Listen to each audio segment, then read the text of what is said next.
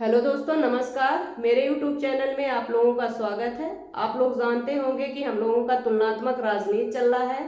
तुलनात्मक राजनीति में हम उस पॉइंट पर चर्चा कर रहे हैं जहां से अक्सर एग्जाम में क्वेश्चन पूछे जाते हैं। तो चलिए वीडियो स्टार्ट करते हैं। हाँ, वीडियो स्टार्ट करने से पहले आप लोगों से मेरा अनुरोध, प्लीज जो है चैनल को शेयर करें, सब्सक्राइब करें, लाइक करें। तो चलिए वीडियो स्टार्ट करते हैं, देखते हैं पहला पॉइंट क्या है। पहला पॉइंट हमने रखा है लुसियन पाई।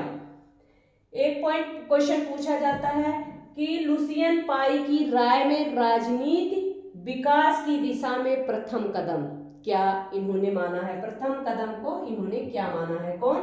लुसियन पाई की राय में राजनीति विकास की दिशा में प्रथम कदम किसे मानते हैं? लुसियन पाई ने किसे माना? कल हम पढ़ा रहे थे, पिछले वीडियो में मैंने पढ़ाया है राजनीतिक विकास किसे कहते हैं। आप लोग प्लीज जरूर बताइएगा कि राजनीतिक विकास किसे कहते हैं। अगर आप लोगों को आ रहा हो तो पहले कमेंट कर दीजिएगा, फिर आगे वीडियो देखिएगा। तो चलिए मैं बता देती हूँ थोड़े से शब्दों में, जिससे आप लोगों के दिमाग में सेट हो जाए। राजनीतिक विकास किसे कहते हैं? ध्यान से सुनिएगा। विकासशील राज्य व्यवस्था, विकासशील राज्य व्यवस्था जो होती है वह विकसित समाजों से उसकी क्या करती है? विशेषताओं को अर्जित कर लेती हैं। विकसित समाजों से उसकी विशेषताओं को अर्जित कर लेते हैं कौन? विकासशील राज्य व्यवस्था। इसी को क्या कहा जाता है? राजनीतिक विकास कहा जाता है। और खुद को वह आधुनिकीकरण में ढाल लेती है। शायद आप लोग समझ गए होंगे। आगे चलिए लुसियन पाई के बारे में देखते हैं।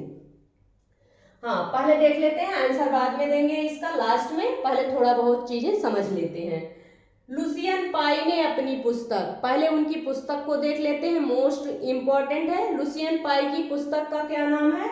Aspects of political development. Aspects of political development, aspects of political development, यह किसकी पुस्तक है? लुसियन पाई की पुस्तक है। लुसियन पाई ने अपनी पुस्तक aspects of development, aspects of political development में कहा कि जो है राजनीतिक विकास को, राजनीतिक विकास को संस्कृतियों के विसरण के रूप में देखा। लुसियन पाई ने अपनी पुस्तक आस्पेक्टस ऑफ पॉलिटिकल डेवलपमेंट में राजनीतिक विकास को संस्कृतियों के विसरण के रूप में देखा तथा कहा कि पुरानी जीवन शैली को नई प्रकार की मांगों के अनुरूप क्या कर लेना चाहिए? ढाल लेना चाहिए। आगे उन्होंने कहा कि राजनीति विकास की दिशा में प्रथम कदम, ध्यान से सुनिएगा, यही आपका आंसर है। उन्होंने प्रथम कदम किसे माना राजनीतिक विकास में? राजनीतिक विकास में प्रथम कदम जो है राष्ट्र राज्य व्यवस्था का उद्भव माना। राष्ट्र राज्य व्यवस्था का उद्भव माना। किसने माना? राजनीतिक विकास का प्रथम कदम लुसियन पाई ने राष्ट्र राज्य व्यवस्था का उद्भव माना। मैंने बता दिया कि राजनीतिक विकास किसे कहते हैं। लुसियन पाई के अनुसार भी मैंने बताया कि लुसियन पाई ने कहा कि राजनीतिक विकास को लुसियन पाई ने किस रूप में देखा? संस्कृतियों के विसरण के रूप में देखा। उन्होंने कहा कि जो है पुरानी जीवन शैली को त्याग कर नई जीवन शैली को ग्रहण कर लेना चाहिए। किसने कहा? लुसियन पाई ने कहा। उन्होंने जो है राजनीतिक विकास का प्रथम कदम किसे माना? राष्ट्र राज्य व्यवस्था का उद्भव माना। आप लोग समझ गए होंगे, मोस्ट इंपॉर्टेंट है। आगे बढ़ते हैं। एक क्वेश्चन पूछा जाता है कि संयुक्त राज्य अमेरिका में कौन सी शासन प्रणाली पाई जाती है? सीधा सा क्वेश्चन है, संयुक्त राज्य अमेरिका में कौन सी शासन प्रणाली पाई जाती है? तो आपका आंसर क्या होगा? संयुक्त राज्य अमेरिका में जो है अध्यक्षात्मक शासन प्रणाली पाई जाती है। और यह किस पर आधारित है? यह व्यवस्था पृथक्करण के सिद्धांत पर आधारित है। किस पर आधारित है? पृथक्करण के सिद्धांत पर यह कार्य करता है, या पृथक्करण के सिद्धांत पर आधारित है। इस व्यवस्था में जो है राष्ट्र का अध्यक्ष एवं सरकार का अध्यक्ष क्या होता है, एक ही होता है। राष्ट्र का अध्यक्ष एवं सरकार का अध्यक्ष एक ही होता है। तो एक बार मैं फिर से रिपीट कर देती हूँ, संयुक्त राज्य अमेरिका में अध्यक्षात्मक शासन व्यवस्था पाई जाती है। यह जो है पृथक्करण के सिद्धांत पर आधारित है और इसमें जो है इस व्यवस्था में जो है राष्ट्र का अध्यक्ष एवं सरकार का अध्यक्ष एक ही होता है। आप लोग समझ गए होंगे। आगे बढ़ते हैं। एक क्वेश्चन और पूछा जाता है, समानुपातिक प्रतिनिधित्व प्रणाली किसे कहते हैं। एक मिनट।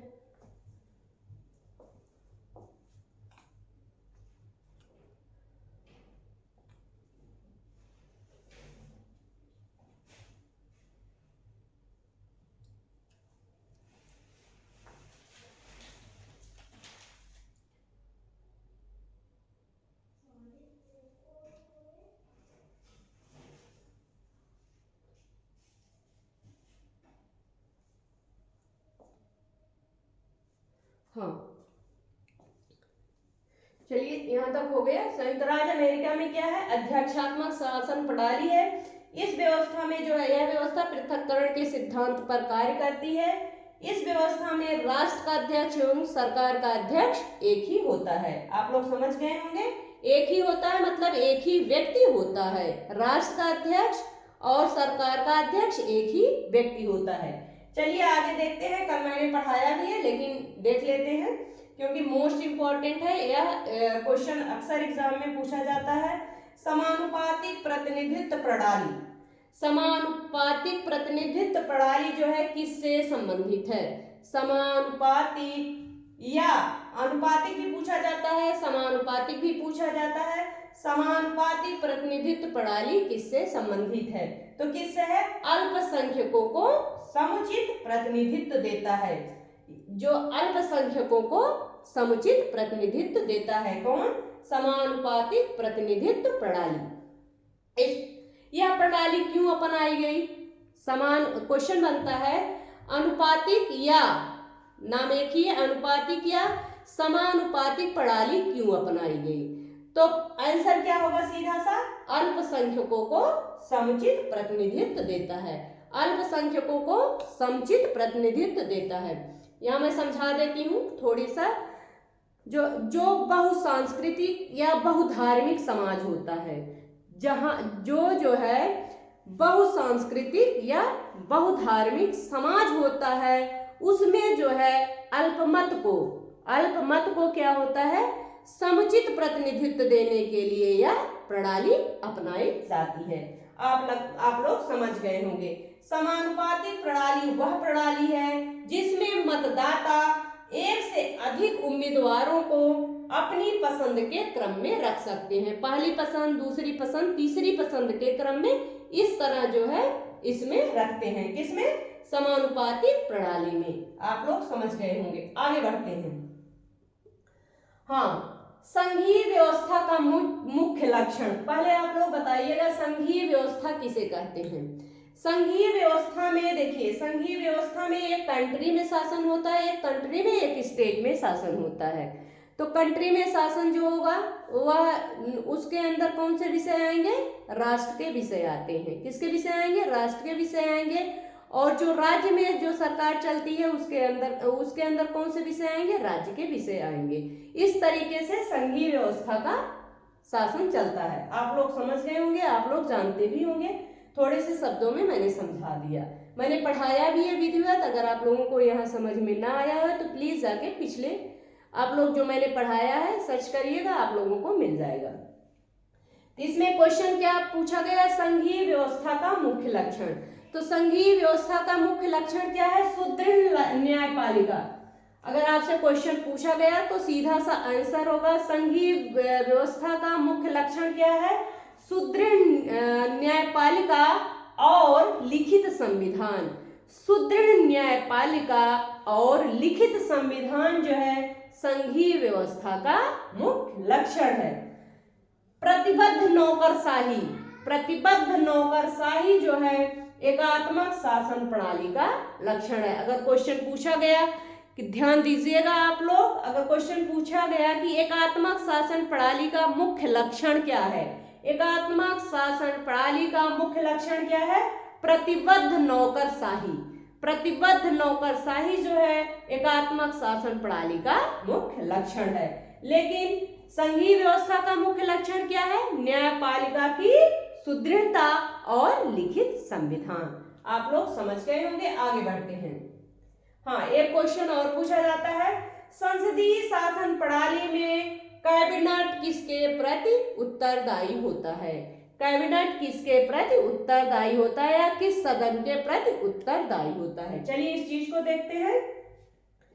संसदीय शासन प्रणाली में कैबिनेट जो है निम्न सदन के प्रति उत्तरदायी होता है। किसके प्रति उत्तरदायी होता है?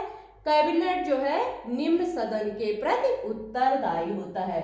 संसदीय शासन प्रणाली में कैबिनेट जो है निम्न सदन के प्रति उत्तरदायी होता है। संसदीय शासन व्यवस्था किसे कहते हैं? अभी मैंने अध्यक्षात्मक बताया कि जो है इस व्यवस्था में राष्ट्र का अध्यक्ष एवं सरकार का अध्यक्ष एक ही व्यक्ति होता है। लेकिन संसदीय शासन व्यवस्था में जो है राष्ट्र का अध्यक्ष एवं सरकार का अध्यक्ष जो है अलग अलग व्यक्ति होता है। संसदीय शासन व्यवस्था में राष्ट्र का अध्यक्ष एवं सरकार का अध्यक्ष जो है अलग अलग व्यक्ति होता है। यह मुख्य अंतर है संसदीय शासन व्यवस्था में और अध्यक्षात्मक शासन व्यवस्था में। तो संसदीय शासन प्रणाली में कैबिनेट किसके प्रति उत्तरदायी होता है? तो निम्न सदन के प्रति उत्तरदायी होता है। यह सामूहिक उत्तरदायित्व की भावना से कार्य करता है। कौन? संसदीय शासन प्रणाली जो है सामूहिक उत्तरदायित्व की भावना से कार्य करता है, जबकि अध्यक्षात्मक शासन प्रणाली में कैबिनेट जो है राजाध्यक्ष के प्रति उत्तरदायी होता है। लेकिन अध्यक्षात्मक शासन प्रणाली में जो है कैबिनेट किसके प्रति उत्तरदायी होता है? राजा अध्यक्ष के प्रति उत्तरदायी होता है। आप लोग समझ गए होंगे, आगे बढ़ते हैं। एक बार फिर से बता देते हैं, संसदीय शासन प्रणाली में कैबिनेट जो है निम्न सदन के प्रति उत्तरदायी होता है और संसदीय शासन व्यवस्था में जो है सामूहिक उत्तरदायित्व की भावना से कार्य होता है। लेकिन अध्यक्षात्मक शासन प्रणाली में जो है कैबिनेट जो है राजा अध्यक्ष के प्रति उत्तरदायी होता है। आप लोग समझ गए होंगे, आगे बढ़ते हैं।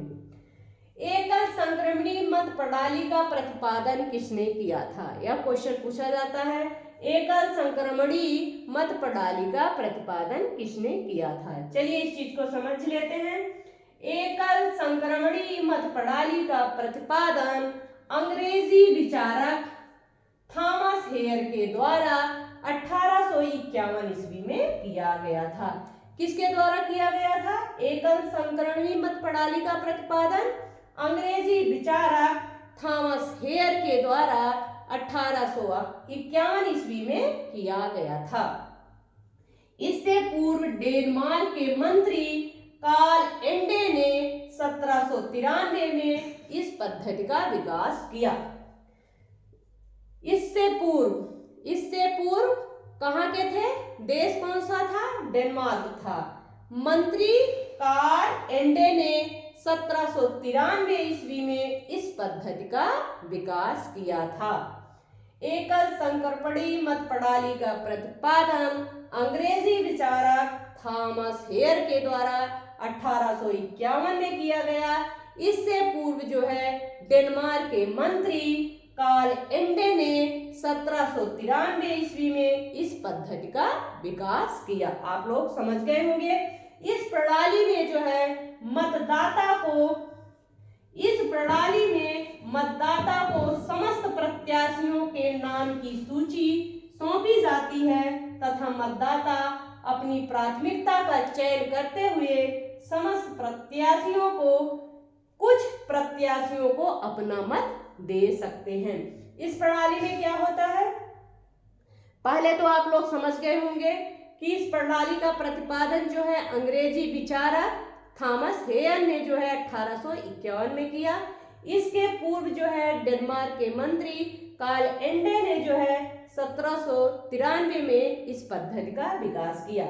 इस प्रणाली में क्या होता है, मतदाता को समस्त प्रत्याशियों के नाम की सूची सौंपी जाती है। किसको सौंपी जाती है, मतदाता को, जो वोट देता है उसी को जो है प्रत्याशियों के नाम की सूची सौंपी जाती है, तथा मतदाता क्या करता है, अपनी प्राथमिकता का चयन करते हुए समस्त प्रत्याशियों को या कुछ प्रत्याशियों को अपना मत दे सकते हैं।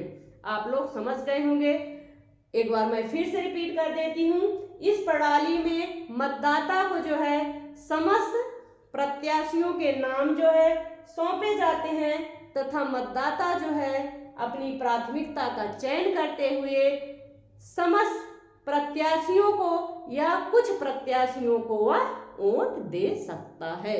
आप लोग बिल्कुल समझ गए होंगे। आगे बढ़ते हैं। अब आप लोग भूलेंगे नहीं एकल संक्रमणी मत प्रणाली क्या है या किसने विकसित की। ठीक है, आगे बढ़ते हैं। राजनीतिक विकास की दिशा में प्रथम कदम, अभी मैंने बताया था कि लुसियन पाई ने जो है राजनीतिक विकास की दिशा में प्रथम कदम किसे माना था, किसे माना था, राष्ट्र राज्य। राजनीतिक विकास की दिशा में प्रथम कदम राष्ट्र राज्य व्यवस्था का विकास है। किसने माना था, लुसियन पाई ने माना था। राजनीतिक विकास की दिशा में यह मोस्ट इंपॉर्टेंट पॉइंट है, इसलिए मैं बार बार इसको रिपीट कर रही हूँ जिससे आप लोगों के दिमाग में सेट हो जाए। इससे कई क्वेश्चन कई तरीके से पूछे जाते हैं, इसलिए मैंने हर चीज यहाँ पर ऐड कर दी है। राजनीतिक विकास की दिशा में जो है प्रथम कदम राष्ट्र राज्य व्यवस्था का विकास है। क्या है, राष्ट्र राज्य व्यवस्था का विकास है। संस्थागत व्यवस्थाएं ही सही तरीके से राजनीतिक विकास ला सकती है। क्वेश्चन बनता है कौन जो है सही तरीके से विकास ला सकती है, तो आंसर क्या होगा, संस्थागत व्यवस्थाएं ही सही तरीके से राजनीतिक विकास ला सकती हैं। लुसियन पाई ने राजनीतिक विकास के 3 मुख्य लक्षण बताए। क्या उन्होंने 3 मुख्य लक्षण स्वीकार किया, पहला जो है समानता, दूसरा क्षमता, तीसरा जो है विभेदीकरण। एक बार फिर से रिपीट करते हैं। राजनीतिक विकास की दिशा में प्रथम कदम राष्ट्र राज्य व्यवस्था का विकास है। संस्थागत व्यवस्थाएं ही सही तरीके से राजनीतिक विकास ला सकती हैं। लुसियन पाई ने राजनीतिक विकास के 3 मुख्य लक्षण स्वीकार किए, पहला जो है समानता, दूसरा क्षमता, तीसरा विभेदीकरण। इसके आगे हम लोग कल पढ़ेंगे। अगर वीडियो आप लोगों को पसंद आए तो प्लीज मेरे लिए एक शेयर जरूर करिएगा। धन्यवाद।